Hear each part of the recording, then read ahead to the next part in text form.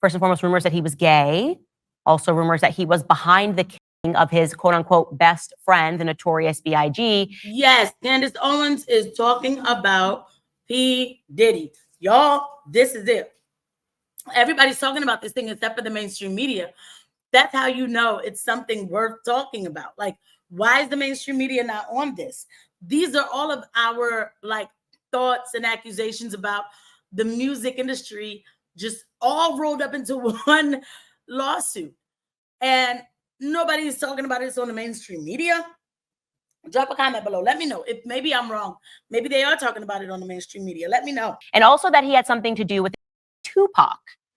Well, last year, things got interesting because Combs' ex, her name was Cassandra, she went by Cassie, and she filed a federal lawsuit against him in New York, alleging years of. Now, again, they dated for more than 10 years, so she obviously was very close to him and knew his lifestyle. Her lawsuit contained graphic allegations. Candace goes through all of the allegations. I'm not going to play them because it's not going to work here, but she's talking about what happened with Cassie and Diddy. That was the beginning of it. I knew when Cassie's lawsuit went through and he settled, I said to myself, Mr. Combs is about to be placed on the world stage. I just feel it. Something is going to happen when it comes to Puff. And here we are today. But Candace is talking about this. This is so big that she has to talk about it. The lawsuit also alleged that he blew up another artist's car. His name was Kid Cudi, in order to stop him from seeing Cassie romantically when him and Cassie split up. I mean, again, I didn't even know that. That's crazy. And all of this sounds insane if it's true. Well, Kid Cudi thought the accusations were true. He said, yes, that is factually what happened. But of course, Diddy denied those allegations. And he instead came out and said that Cassie was simply trying to blackmail him for $30 million. And by the way, that is plausible, right? We've seen tons of those instances, especially in the era of Me Too. And she's right. That is plausible because at first I was like, what's going on? But then I was like, no, I believe Cassie. And we know that there's people who make all kinds of accusations because I'm still wondering what's going on with that whole Russell Brand situation, the one that we didn't hear anything else about. But anyway, so, and then now here we are today. We never heard anything else about it again. So those kind of accusations, right? The ones that just I don't know what happens to them, but he hurry up and settled. And still, that doesn't mean that it would say that he was guilty, but I just had this feeling. I'm like, something's going to come out of this. But this one felt a little different because we're like, okay, but she's known you for a very long time. And these allegations are quite weird, but we never got a follow up there because then he very quickly settled with her for an undisclosed amount. And then even more women started coming out saying they were victims of Diddy. And then it seemed like an avalanche. And he issued a very strong statement condemning them for essentially extortion attempts and trying to murky his name. So again, you don't know what's real. You don't know what's not until this recent lawsuit. And this one's different, guys. And she's right. It is very different. Now, if you guys go back to somewhere in my catalog, or maybe, you know what, I'll link the last episode that I made breaking down this whole thing on the descriptions. You get a quick breakdown of what we're talking about here. A man named Rodney Jones has come forward to sue Diddy. First of all,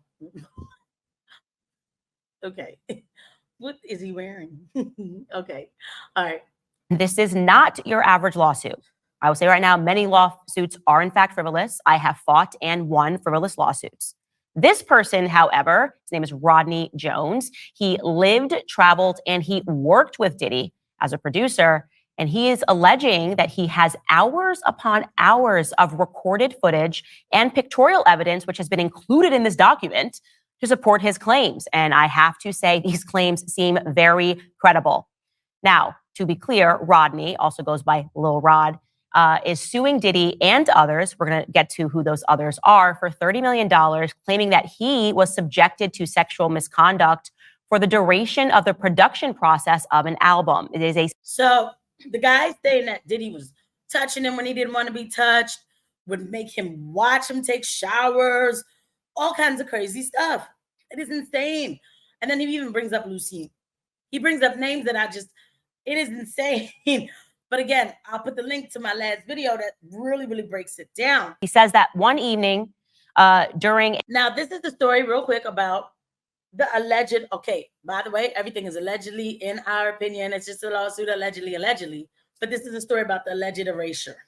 A camp that they were running with several musicians. Mr. Combs and Jay Combs were in a heated conversation with somebody named G. And while this conversation was moved out of the studio and into a restroom that was adjacent to where Jones was sitting, he heard approximately 2 feet away from him again. Mr. Jones is the producer that's suing him, suddenly ringing out. He recalls hearing multiple.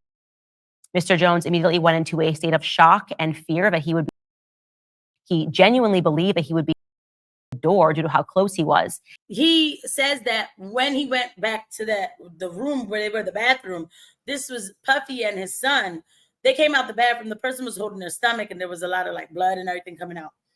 And I think and there was like another wound somewhere else too. Puffy, the guy was trying to like place pressure on the wounds and said, call 911. When they call 911, Puffy made it clear, like, to the cops, this story doesn't go any further than here. And Candace to show you the headline, basically saying, like, don't implicate me in any kind of like erasure. And then you'll see that CBS was really running headlines trying to like save Puffy from, yeah, here it is. They said it happened outside, but it in fact happened inside. And there's even pictures that kind of just flash. I can't, it's just insane. It is just like, I mean, like, this is the biggest story of the year for now. This is from Kanye from about 2 years ago. Now, all of a sudden, everybody wants to remember what Kanye was saying. And the Kardashians kidnapped my daughter in public, and I didn't have the address of my child. None of these. Travis gave you the address, though? Travis gave me the address. Right. But as far as Meek Mills, right, Puff Daddy, whoever, none of these fake cards. No, hold on. Okay. All you fake. You know what I'm saying? Because you can't. The reason why you got to talk is because you did a deal, you fed. You know what I'm saying? That's why you got to come at me, because part of the deal for you to be a do all that and get out of jail is that you promise that you're going to go pull my coat. I'm Michael now. Right, Every right. Michael you can think of, right, but mostly Godfather Michael now. Y'all don't even know how much, like, it is just insane. And I'm going to have to just really break that down without all the curse words. But like, and most of this I probably couldn't even play. But when he says he's Michael, that's a whole nother implication in this whole thing. I mean, this is extraordinary. Extraordinary. We got some more pictures, of things happening. It's just insane. And then here's this clip. I never forgot this clip. So as soon as you turn 16, you know what I'm saying? I'm gonna let you rock this every time you come in LA. Yeah, it's gonna be yours. So every time you come in LA, it's a little dusty, but we'll get the front shot. Man. Minute.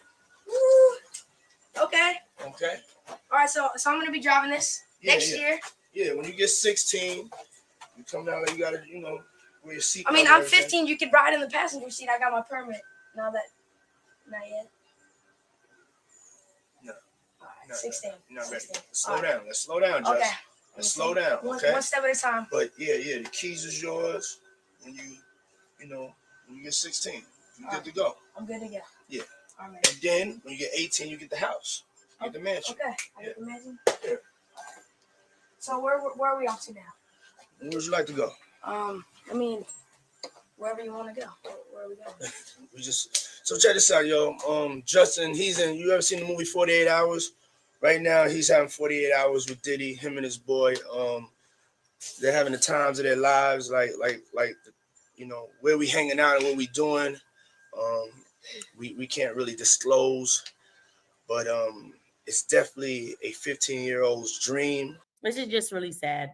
Look at Justin Bieber's face. Then you guys wonder why these people get crazy when they get older.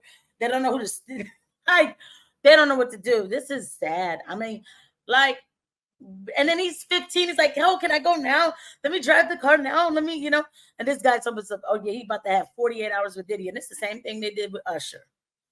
And then Usher sent Bieber over the Diddy. What the heck? You know, I have been given custody of him. You know, he signed to Usher. I'm signed to Usher. I had legal guardianship of Usher when you know he did his first album. I did Usher's first album.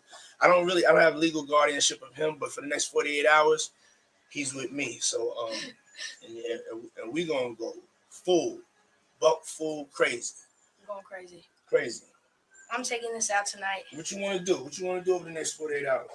48 hours. Let's go. Let's just go get some girls. Let's go hang with some girls. Man, after my. That's just crazy. Like, poor baby. And he didn't even know. He's just there. He's just happy. And then they see he brought up the Usher. And he's right. He did have legal guardianship of Usher. What kind of mother does this? Like, what is going on, guys? So, you know what I mean? Like, this is really a story, and it implicates everybody. And it implicates politics, everything, guys. 2024 is hot like fire. Keep it locked right here. We're going to break it down. I'll see you guys at the next video. Bye.